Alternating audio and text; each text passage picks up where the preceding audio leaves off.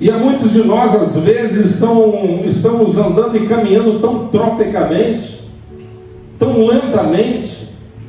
E por que não dizer que a maioria dos cristãos, às vezes, estão tão atracados, tão empacados, tão engessados, por conta de problemas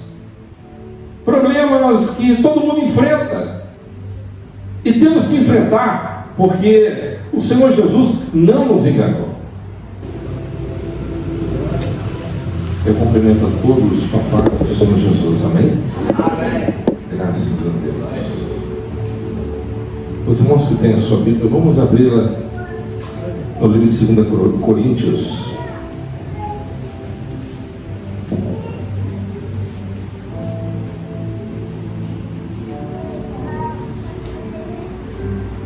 Segunda Coríntios, capítulo 4, a partir do versículo 16.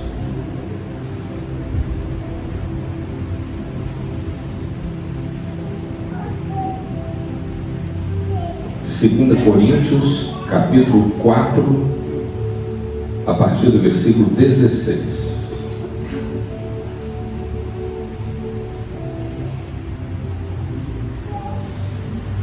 Quem encontrou, diga amém? Amém. Portanto, não desanimamos, ainda que o nosso exterior esteja se desgastando. O nosso interior está em plena renovação dia após dia, pois as nossas aflições leves e passageiras estão produzindo para nós uma glória incomparável de valor eterno. Sendo assim, fixamos nossos olhos não naquilo que se pode enxergar, mas nos elementos que não são vistos, pois os visíveis são temporais, ao passo que os que não se veem são eternos. Estamos certos de que, se a nossa temporária habitação terrena em que vivemos for destruída, temos da parte de Deus um edifício, uma casa eterna nos céus, não construída por mãos humanas. Enquanto estivermos morando nessa tenda, gememos, almejando ser revestidos da nossa morada celestial. Amém? Amém. Pode tomar o seu assento.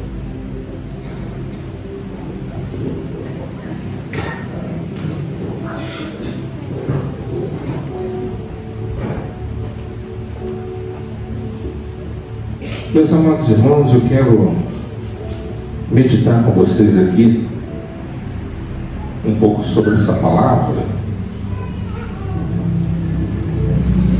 E quando o Senhor me deu essa mensagem, essa palavra, eu me lembrei de ter lido uma oração de Jonathan Edwards, que foi um dos maiores puritanos da grande reforma protestante.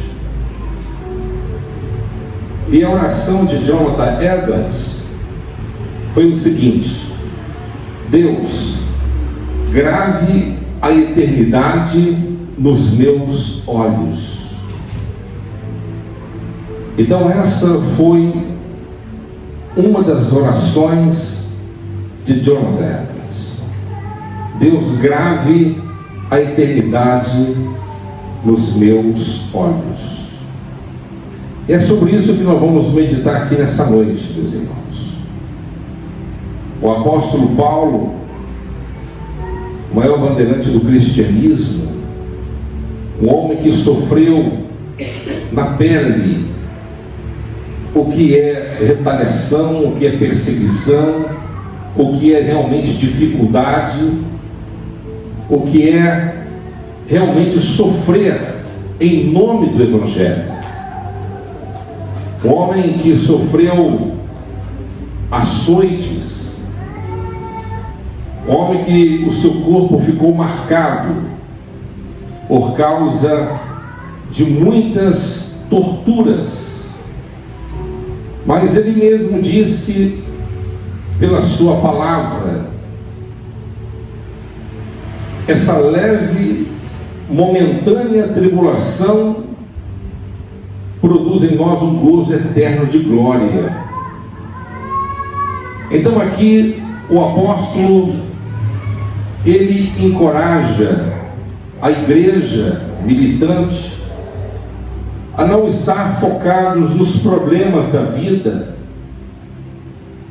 mas sabendo que tudo isso coopera para o bem daqueles que amam a Deus.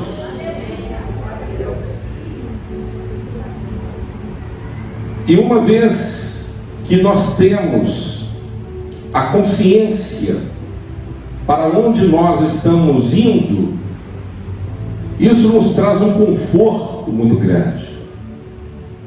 Como a oração que eu disse de Jonathan Edwards: Deus, grave a eternidade nos meus olhos.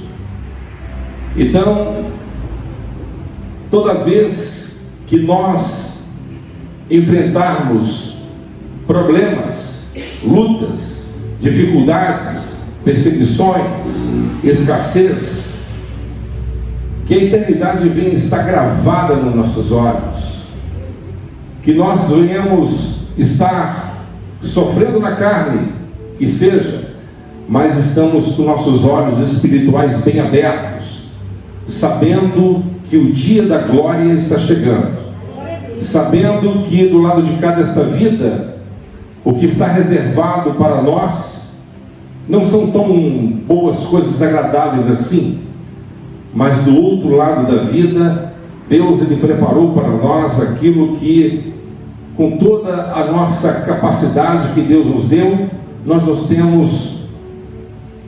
não temos a capacidade suficiente para poder mensurar todas as graças e maravilhosas bênçãos que Deus reservou para todos aqueles que confiam na sua palavra. Meus amados irmãos, ao passo que a palavra de Deus se cumpre e os tempos se avançam, a Bíblia diz, o próprio Senhor Jesus, ele disse que a tendência é o amor se esfriar. Ao passo que as profecias se cumprem e o dia do Senhor se aproxima, a tendência é muitos voltarem atrás, a se apostatarem, a retrocederem, se conformarem com Deus desse século. A tendência é muitos abrirem mão do padrão de santidade, de obediência, de temor, e se esquecerem realmente o propósito maior pela qual Deus nos chamou. Nós temos um propósito, a igreja ela tem um propósito, nós temos um propósito, e o nosso propósito maior é glorificar o Senhor e deleitar-se nele para sempre. Eu pensei nessa mensagem a semana inteira, e eu pensei sobre muitas coisas, e na minha mente passou muitas coisas, e eu fico refletindo sobre tudo, e quanto mais eu reflito, menos vontade de estar do lado de cá desta vida eu tenho. Quantas vezes eu já me deparei por circunstâncias complexas, e até mesmo tive a experiência de ter vivido ao lado de pessoas que tiveram o mundo, aspas, em seus pés, tiveram tudo, mas já não estão mais aqui, já romperam e já terminaram aquilo que tinha que fazer e já partiram daqui para outra vida. E a minha pergunta é: aonde que eles estão agora? Eu não sei. Isso é algo que somente pertence a Deus, mas toda vez que eu penso sobre isso, eu lembro dessa oração de Jonathan Edwards, e eu peço ao Senhor também em minhas orações que a eternidade venha estar bem gravada nos meus olhos, para que eu não venha perder o foco, para que eu não venha entrar no caminho do desânimo, para que eu não venha me conformar com esta vida, ou estar muito confortável com as coisas que esse mundo pode nos proporcionar. O mundo passa, e todas suas concupiscências, mas a palavra do Senhor, ela permanece para sempre. A glória deste mundo passa, os reinos passam, tudo passa. Hoje aquele que é famoso, amanhã não é mais. Aqueles que desfrutam com as glórias desta vida hoje, amanhã são esquecidos. Mas aqueles que estão guardando os seus corações diante do Deus Todo-Poderoso, o seu galardão está garantido. E no tempo aprazado, Deus ele vai nos recompensar e vai guardar nossa alma e vai reservar para nós aquilo que o mundo não pode contemplar. Por isso, o apóstolo Paulo, ele disse: pois as nossas aflições leves e passageiras estão produzindo para nós uma glória incomparável de valor eterno. Que coisa! E há muitos de nós, às vezes, estamos andando e caminhando tão tropicamente, tão lentamente.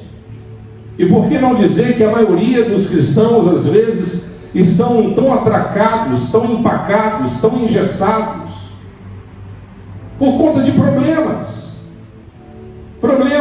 que todo mundo enfrenta, e temos que enfrentar, porque o Senhor Jesus não nos enganou. Jesus ele disse: no mundo teremos aflições, mas ele diz uma palavra de encorajamento: tente bom ânimo, porque ele venceu, e se nós cremos nele, poderemos vencer também. Os problemas decorrentes dessa vida não são para destruir a cada um de nós, mas para construir um ser ainda muito melhor. As dificuldades que nós enfrentamos, elas servem para poder fortalecer a nossa fé, a nossa experiência, a nossa confiança. Como que nós vamos conhecer um Deus que cura se nós nunca enfermarmos? Como que nós venhamos conhecer um Deus que dá livramento se nós nunca precisarmos de um livramento? Como que nós vamos conhecer um Deus que restitui um casamento se nós nunca enfrentarmos um problema no casamento? Como que nós vamos ter a experiência de viver realmente um amor se nós nunca tivermos a necessidade de perdoar aqueles que têm nos ofendido? Então tudo nesta vida existe um propósito, e o propósito de fazer que nós venhamos crescer. Os problemas, as dificuldades da vida, elas servem para poder fortalecer e fazer de você um ser humano melhor. Até os problemas ruins da vida, as dificuldades piores que você pode enfrentar, Deus ele usa isso ao seu benefício. Na época, Paulo ele sofreu três açoites, e a lei dizia 40 chibatadas, tem que parar. Mas eles davam 39 menos uma, para continuar a tortura. Então Paulo recebeu 39 chibatadas, menos uma. Aí recomeça tudo de novo. Na segunda sessão, começa o organismo perder todo o controle dele mesmo. Na terceira tortura de açoites, ele passa a ter problemas crônicos para o resto da vida. A Bíblia diz que ele foi apedrejado e dado como morto. Imagina só, o camarada foi apedrejado, imagina, olho estufado, cabeça inchada, todo arrebentado. Quem olhava assim, respirando devagar, olhou, está morto. Arrastaram ele e jogaram para fora da cidade. Os cristãos pegaram ele, está vivo ainda. Demorou talvez muito tempo para recuperar. E quando ele estava um fôlego ainda para poder dizer alguma coisa, ele disse para aqueles que estavam ao seu lado, talvez muitos pensando, agora Paulo vai desistir do cristianismo, agora ele volta para o judaísmo, agora ele volta para o farisaísmo, agora ele vai começar a perseguir os cristãos, agora ele vai desistir de Deus, agora ele vai rejeitar Deus, porque Deus está sendo injusto com ele, porque ele está fazendo o que é certo e está apanhando, ele está pregando o evangelho, o que está recebendo é couro, é apedrejamento. E de repente Paulo ele enche o peito e diz assim: essa leve, momentânea tribulação tem produzido em nós um gozo eterno de glória. Então quem está falando aqui? Quem tem propriedade para falar. Então, meus amados, o que Paulo está querendo dizer? Nós não temos motivos para podermos retrocedermos. Amém, pessoal? Amém. Nós não temos motivos. Por que nós não temos motivos? Porque, como disse agora há pouco, tudo coopera para o bem daqueles que amam a Deus. Segundo ponto, Deus está conosco em toda a nossa jornada. Deus jamais ele te abandona, mesmo no momento do sofrimento. Ele jamais nos abandona. Ainda que todos virem as costas para você, Deus jamais te abandonará. Quem está me entendendo? Dá para imaginar um homem poderoso como Elias o Tisbita, um homem tão poderoso, um profeta do trovão, um profeta que levanta a mão e fogo desce e mata pessoas. Um homem de autoridade, um homem que não tinha medo de imperadores, um homem que chegava perto do rei e falava a verdade e dizia: você não tem sido honesto, você tem sido um homem de caráter duvidoso, Deus ele vai te punir. Ele não foi entregar uma revelação boa para Acabe, ele foi entregar uma profecia de chicote e de morte. Ele disse: se você não consertar a tua vida, Deus vai te matar. Mas há situações e situações.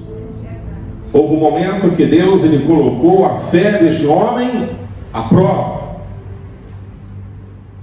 e colocou uma mulher para poder persegui-lo. Ele ficou realmente atemorizado, porque aquela mulher era uma mulher terrível, era uma mulher que perseguia Jezabel, ela matava. Ela era filha de Etibaal, rei de Tiro. Ela era uma sacerdotisa de Baal. Ela era uma bruxa. Ela era uma feiticeira. A entidade falava através da sua boca. E ela falou e mandou um recado dizendo: dê um recado para Elias: se amanhã a cabeça dele estiver no lugar, não me chame Jezabel. E ele saiu às pressas correndo. E saiu sem provisão alguma pelo deserto. Ele tinha um propósito de ir até Horebe, mas não tinha levado suprimento para atravessar um deserto tão inóspito assim. Mas mesmo não levando suprimento o suficiente para subsistir aquela travessia tão árdua, Deus enviou o recurso para ele. Deus enviou o pão e enviou água para Elias. Ele conseguiu chegar até onde ele estava planejando chegar. E quando entrou para dentro de um buraco, de uma caverna, esperava ele, Deus, falar com ele. E falou. E Deus ele veio no meio de um trovão, veio no meio de um vento, veio no meio de um fogo, e houve um terremoto. Mas Deus não estava no meio daquelas coisas. De repente uma voz suave e branda ecoou para dentro daquela caverna. E a voz foi o seguinte: Elias, o que você está fazendo aí, Elias? Elias ele estava quase semi-depressivo. Ele abriu o coração e começou a falar: Senhor, Jezabel matou todos os profetas, não há mais ninguém, só eu restei. E ele repetiu por 3 vezes a mesma coisa. Deus ele teve paciência. Deus aguardou Elias desabafar, abrir o coração, despejar tudo. Depois que Elias ele acalmou, Deus ele disse para Elias: fique tranquilo, Elias, está tudo sob controle. Jezabel não tem tanto poder assim como você pensa, Elias. Jezabel não é tão poderosa como você está imaginando, Elias. Acima de Jezabel tem o meu trono. Ela não pode tocar, porque você está nas minhas mãos, Elias. Eu quero te informar também que você não é o único profeta que subsistiu às perseguições. Ainda há 7.000 homens que estão vivos, tomando água e comendo pão seco no meio de uma caverna, mas rejeitaram se prostrar perante Jezabel. Ainda há 7.000 homens com H maiúsculo que ainda me invocam no meio das cavernas. Você não está sozinho. Eu quero dizer que você está procurando a morte, e se tivesse coragem, tirava a sua própria vida. Mas ao invés de eu recompensar você com a morte, vou te recompensar com a imortalidade. Vou te levar para o meu reino vivo. Tem uma carruagem preparada para você, e você subirá, e eu encontrarei contigo, e você estará em breve comigo. Mas antes que isso aconteça, eu vou levantar um profeta no teu lugar, já que você reclama tanto. Vou levantar 2 homens importantes na nação, e depois eu tenho um encontro preparado com você. Meus amados irmãos, Deus, Ele é o autor da história. Nós estamos nas mãos do onipotente Deus. Por pior que seja a situação que enfrentemos, Deus, Ele está no controle. E como a mensagem que eu trouxe aqui na sexta-feira, clame ao Senhor, e Ele vai livrar você de todas as suas tribulações. Enquanto você estiver clamando ao Senhor, Deus, Ele vai livrar você de todas as tribulações. E peça que o Espírito de Deus, e faça dessa oração de Jonathan Edwards a nossa oração hoje. Ó Deus, grave a eternidade nos meus olhos. Não perca Jesus de vista. Quando você enfrentar problemas, dificuldades, e vai enfrentar, nos seus olhos espirituais você consegue ver Cristo. Cristo te aguardando, os anjos te aguardando. Quando você está vivendo uma grande pressão, os demônios estão ao seu redor, te incentivando, te lançando setas mortais no campo mental, tentando levar você a retroceder, a blasfemar, a duvidar, a se queixar, a voltar atrás. E os demônios, você nega, você não vai conseguir, você é fraca, você não vai subsistir, você vai ser derrotado, não vai ter ninguém que possa te salvar. E ao mesmo tempo, o Espírito Santo, você é vencedor. Você é mais do que vencedor em Cristo Jesus. O diabo vai falar assim: você é um fraco. E você vai falar assim: tudo posso naquele que me fortalece. Eu sou fraco, mas o meu Deus é forte. Eu estou caído, mas o meu Deus está de pé. Eu estou sentado, mas o meu Deus está intercedendo por mim, à direita do Pai. Mas não tem ninguém do seu lado, os seus amigos te abandonaram, ninguém compreende a sua luta, mas os anjos estão ao meu redor, eles estão trabalhando, pleitando a minha luta. O meu Deus é o general dos generais, que está na minha frente, batalhando ao meu favor. Nós não estamos sozinhos. Nós não estamos sozinhos. Existe um Deus sentado no trono, existe um Deus Filho à direita do Pai, e ainda há o Espírito Santo que habita dentro de mim e dentro de você, e ainda há os anjos de Deus que trabalha e caminha junto conosco neste mundo. Ó Deus, grave a eternidade nos nossos olhos. Quantas pessoas desistindo, quantas pessoas apostatando, quantas pessoas desencorajadas, quantas pessoas amedrontadas, quantas pessoas temendo o que pode acontecer. Ó Deus, o que eu vou fazer se entrar uma terceira guerra, uma crise sem precedentes? O que eu vou fazer, meu amado? Eu não dependo de governos, Eu não dependo de sistema governamental humano. Eu dependo da mão de Deus, porque Deus comanda tudo. Mas o anticristo vai vir aqui. Mas acima do anticristo é um Deus Todo-Poderoso. Acima dele é o Deus Todo-Poderoso.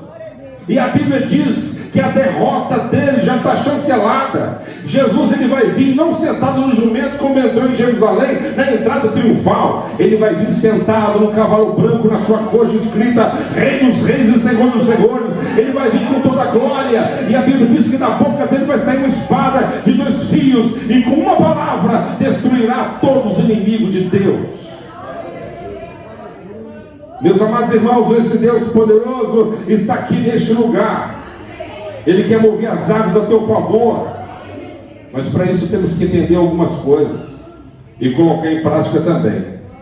Jesus, ele disse no capítulo 6, versículo 33 de Mateus: buscai assim em primeiro lugar o reino de Deus e a sua justiça, e todas essas coisas vos serão acrescentadas.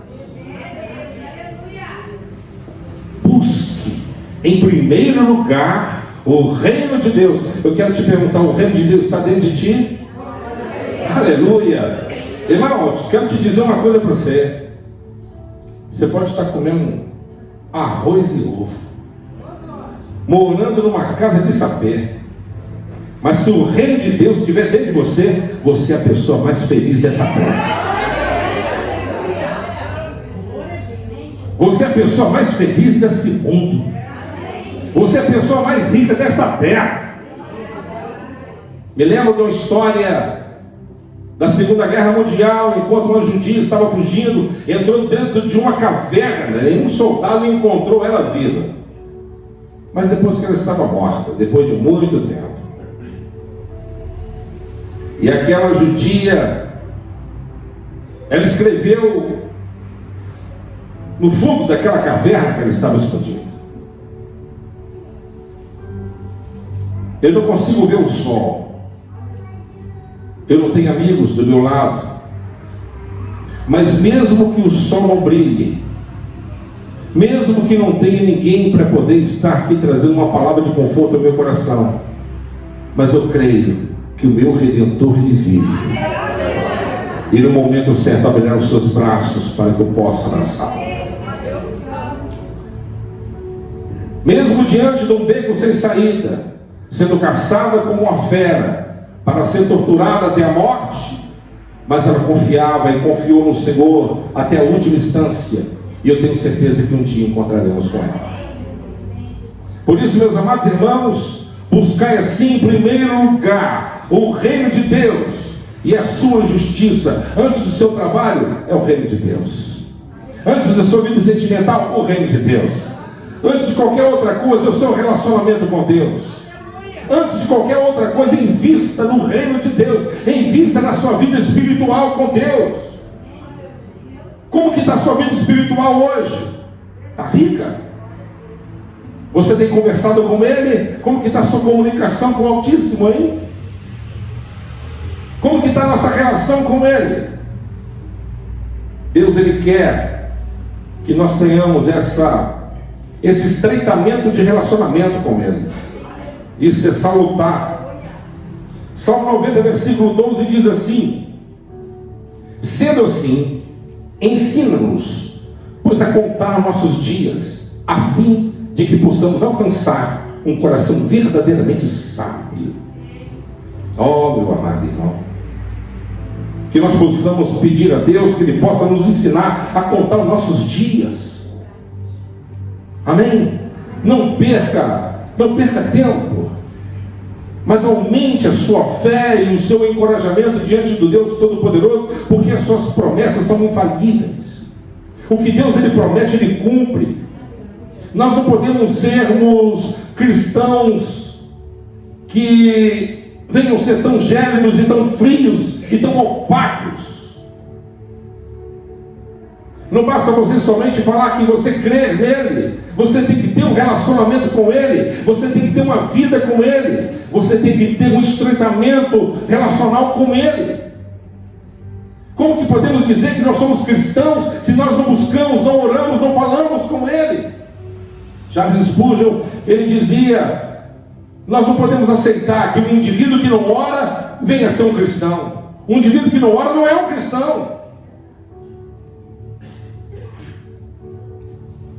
E temos muito tempo para muitas coisas. Temos tempo para ganhar dinheiro, para passear, para curtir, para poder. Tudo é uma questão de prioridade. Mas quando colocamos as coisas de Deus, arrumamos desculpas e nos tornamos agora grandes gestores e tão preocupados com muitas coisas. Mas é uma questão de prioridade. Deus, Ele está te testando hoje. Ele quer saber realmente se nós estamos dispostos a entregar os nossos corações a Ele verdadeiramente. Ah, pastor, eu estou sofrendo tanto. Você acha que Cristo não sofreu? Eu estou passando tanta escassez, tanta luta, tanta dificuldade. Você acha que você é o único que sofre? Você acha que você é o único que sofre? Faz uma visitinha no Asconso uma hora. Pega nas redes sociais aí, alguns lugares aí fora aí, e você vai ver o que é sofrimento. Nós não somos os únicos que sofremos. Isso faz parte do pacote. Mas Jesus, ele disse que o fardo dele é leve e suave. O que é pesado é o fardo do pecado. Porque as dificuldades decorrentes a essa vida, Deus ajuda-nos a carregar o nosso fardo. Ele é o nosso ajudador, Ele é o nosso Senhor, Ele é aquele que está ao nosso lado para poder nos ajudar. E nós não podemos desanimar, não voltar atrás e não vivermos uma vida desencorajados, porque muito em breve estaremos encontrando com Ele. Ah, eu quero viver muito, pastor. Que você viva 150. Eu não estou tão esperançoso assim. Ah, você é meio fatalista. Não, aonde que eu fui, você não foi. Aonde que eu fui, eu gostaria de estar lá agora. Aonde que Ele me levou, eu digo para vocês, eu gostaria de estar lá, não aqui. Uma vez que você viu a glória do Eterno, uma vez que você teve a oportunidade, como Paulo também teve, de subir ao terceiro céu e ver coisas inefáveis, você não tem mais prazer, nem mais conexão com as coisas dessa vida. Mas nem por isso eu tenho motivos para poder cruzar minhas mãos, os meus braços e não fazer nada. Tudo que Ele coloca nas minhas mãos para fazer, eu faço. Não fico toscanejando, não fico protelando, não fico enrolando. Eu faço porque eu quero logo cumprir a minha meta e ponto. Se é para fazer, vamos adiante. Que nós temos que ser soldados, prontos para a guerra, prontos para a batalha. Porque em pouco tempo, irmão, daqui 50 anos, eu acredito que a maioria de nós não vamos estar aqui. Mas a nossa alma vai ter que estar em algum lugar. Daqui 50 anos, a maioria de nós que estamos aqui não estaremos mais aqui. Agora a pergunta, onde que a gente vai estar, hein? Eu já vi muitas pessoas no auge da espiritualidade, estão caídos hoje. Já caminhei com homens de muita fé, homens usados pelo poder do Espírito Santo de uma forma que vocês nunca viram, ou a maioria de vocês nunca viram. Hoje estão caídos. É muito triste isso. Já trabalhei com muitos homens de Deus que não estão mais aqui nessa vida, já morreram. Homens que eram instrumento de Deus. Instrumento de Deus. Já não estão mais aqui. Eu digo para os irmãos que nós temos que estar firmes. O segredo da sua vitória é a constância. Deus, Ele falou através de Salomão: as coisas maravilhosas não são nem sempre aquelas que começam, mas sim aquelas que terminam. Então que nós possamos observar o que Paulo disse na sua palavra: combati um bom combate, acabei a carreira e guardei a fé. Amém, meus irmãos? Amém. Se você está sofrendo de alguma forma, cada um de nós temos nossos embates, sim ou não? Temos nas nossas fraquezas, dificuldades e temos que matar leões. Temos.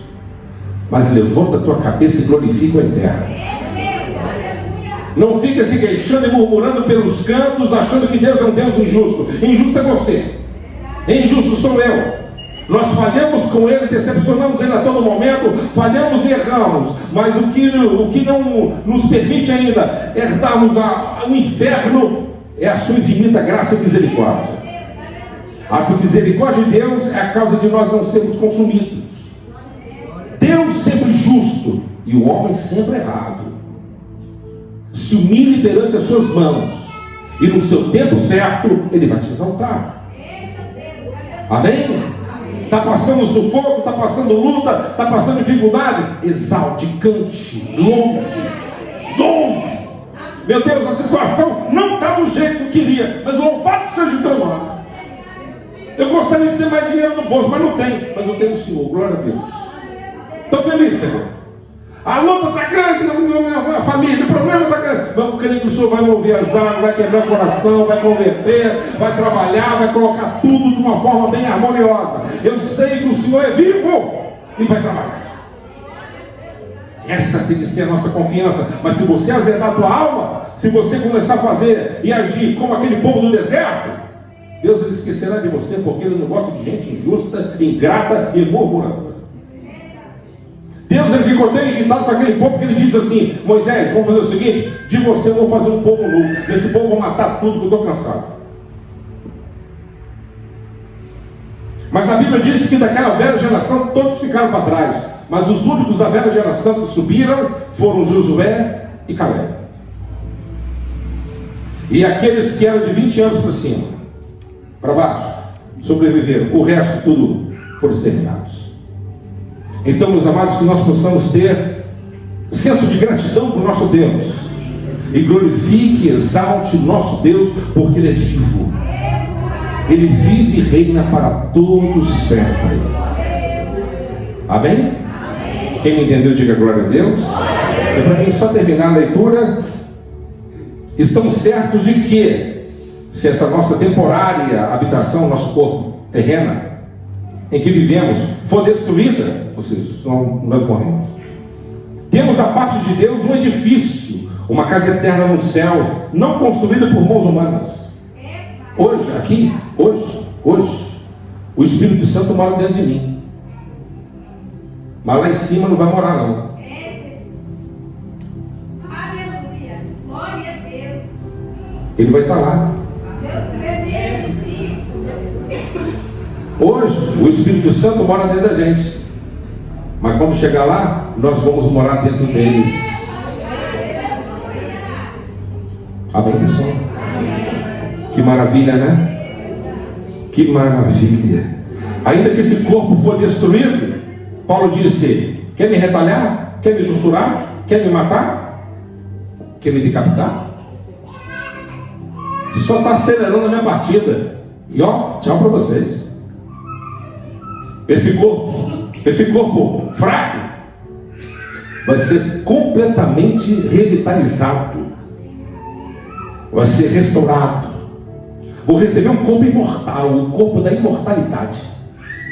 Gripe, doença, tristeza, angústia, dor, nada vai nos atingir mais.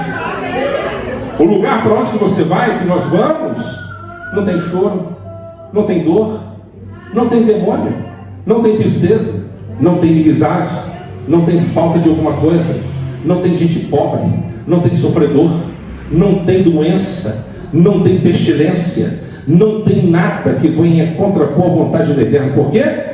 Estaremos vivendo na glória do Cordeiro. Aleluia! Estaremos vivendo na glória do Cordeiro Eterno, meu irmão. Que maravilha! Teremos acesso à árvore, teremos acesso ao rio da vida. Eu fico imaginando com a minha mente, imagina que coisa. Imagina que depois de alguns milhões de anos que você estiver lá, e de repente você começa a sentir alguma coisa, você vai lá na árvore e come uma folha, e ali você é curado, e você é rejuvenescido, e você já está pronto para viver mais milhões de anos depois. E a água que sai diante do trono de Deus, o acesso é para todos. Meus amados, não tem como contemplar da forma que realmente é, mas apenas olhamos através de um espelho e cremos em tudo isso. Enquanto estivermos morando nessa tenda, esse corpo, gememos. Amém, pessoal? Enquanto você estiver vivendo nesse corpo mortal, você sente dor na coluna, né? Dor no joelho, né? Diabetes, né? Problema de visão. Vai chegar lá, você vai enxergar mais que uma águia. Pensou? Legal, não? Você não vai sentir mais dor? Você não vai sentir mais nada? Quando os discípulos de Emaús andaram com Jesus, nem perceberam que era Jesus. Já estava restaurado. Já estava completamente restaurado. Apenas perceberam por causa do Espírito. Perceberam pelas palavras que ele destilava, como favo de mel. Amém, pessoal? Amém. É bem provável, claro que nós vamos conhecer uns aos outros lá, mas se você olhar, se você tivesse o poder de olhar, de ver uma pessoa que é salva hoje, você conheceu ela aqui, talvez você não conheceria. Amém? Porque está completamente restaurado, rejuvenescido, recebeu o seu corpo imortal.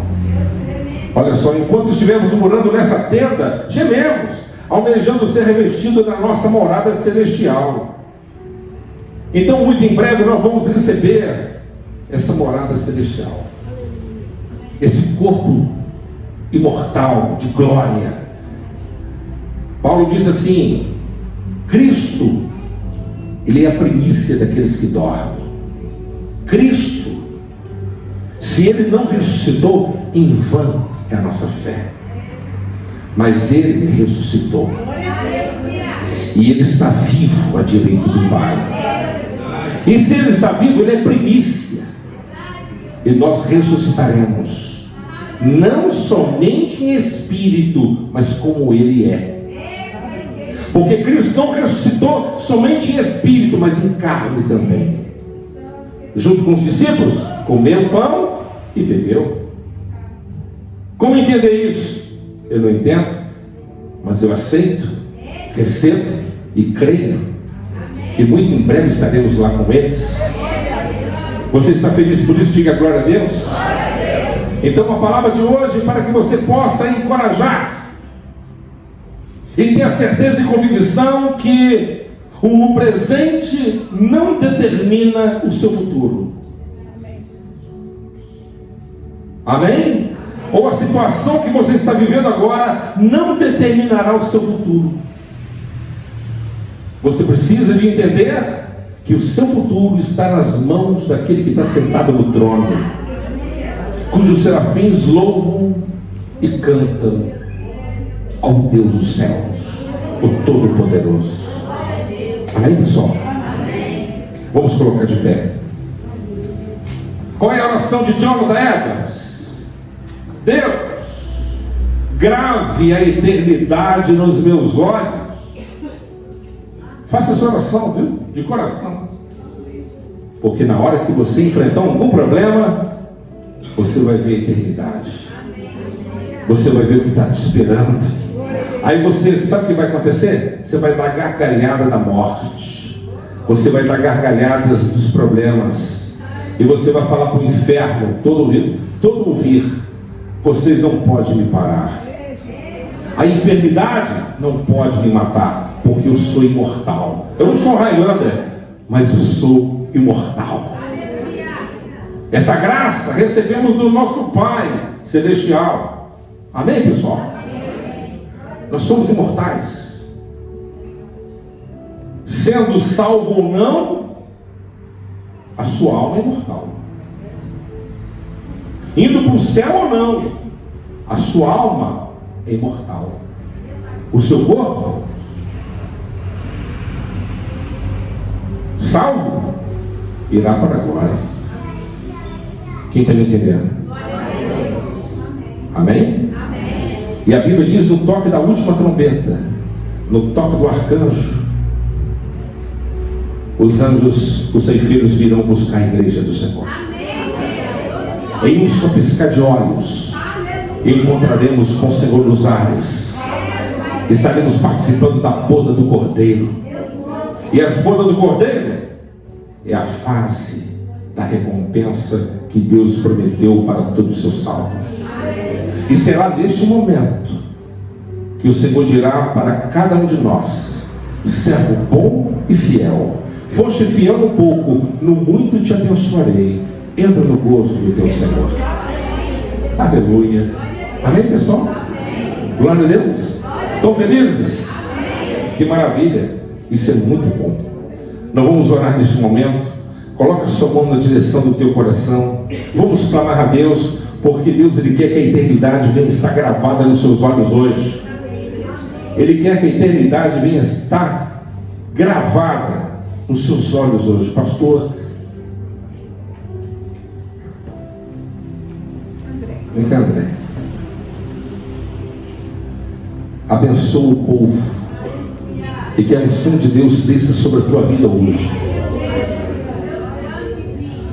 Boa noite, igreja. Paz do Senhor Jesus. Amém. Eu vi uma mensagem